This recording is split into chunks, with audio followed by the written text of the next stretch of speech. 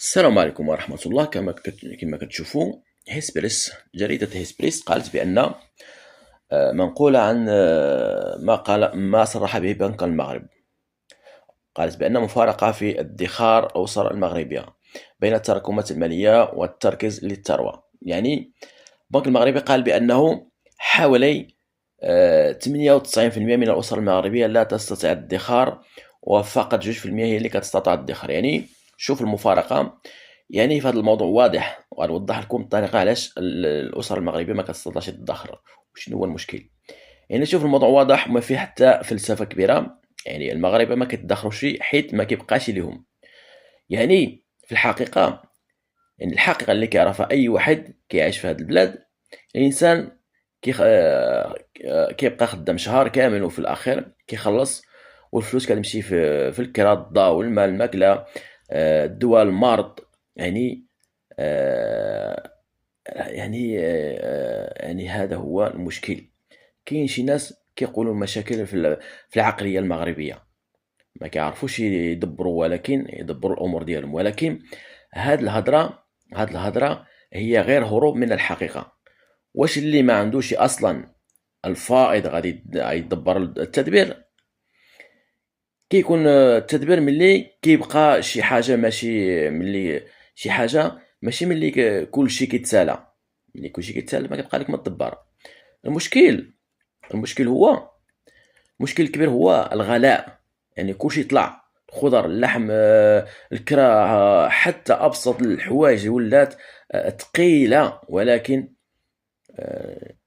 حتى يعني حتى بعض الأمور اللي هي يعني والأجور، ولكن الشلهبية ولا الأجور ما طلعتش بنفس الطريقة.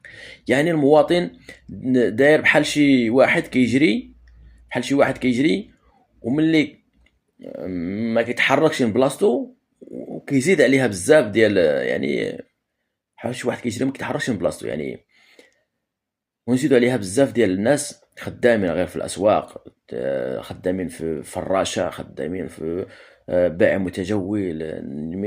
يعني كيكون الامطار، كيكون وخصوصا الناس ديال الاسواق القرويه والناس الاسواق، يعني كيكون الامطار، كيكون الحالة الجوية غير مستقرة، يعني تقلب في الاسواق. يعني لهذا الانسان ما كيدخرش.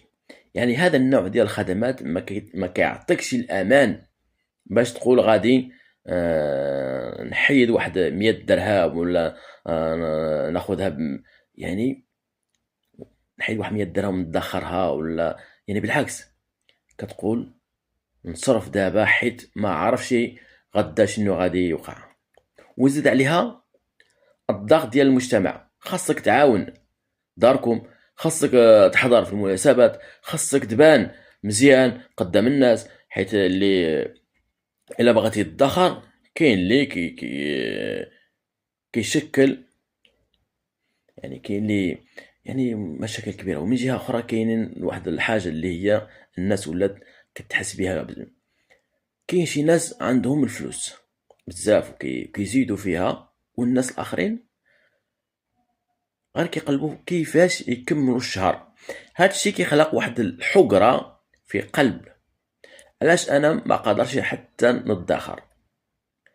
ودابا مع الشيء ديال السوشيال ميديا الناس ولات كتهضر. قبل كان كل واحد ساكت، ودابا ولا كيقولوا راه عينا من الغلاء، عينا من هاد الحالة. واش مرة كاين اللي كيبغي يبان؟ يعني مشكلة، والله مشكلة. تحياتي لكم. عنده شي ملاحظة يقولها؟ تحياتي لكم. ناخذكم الواقع.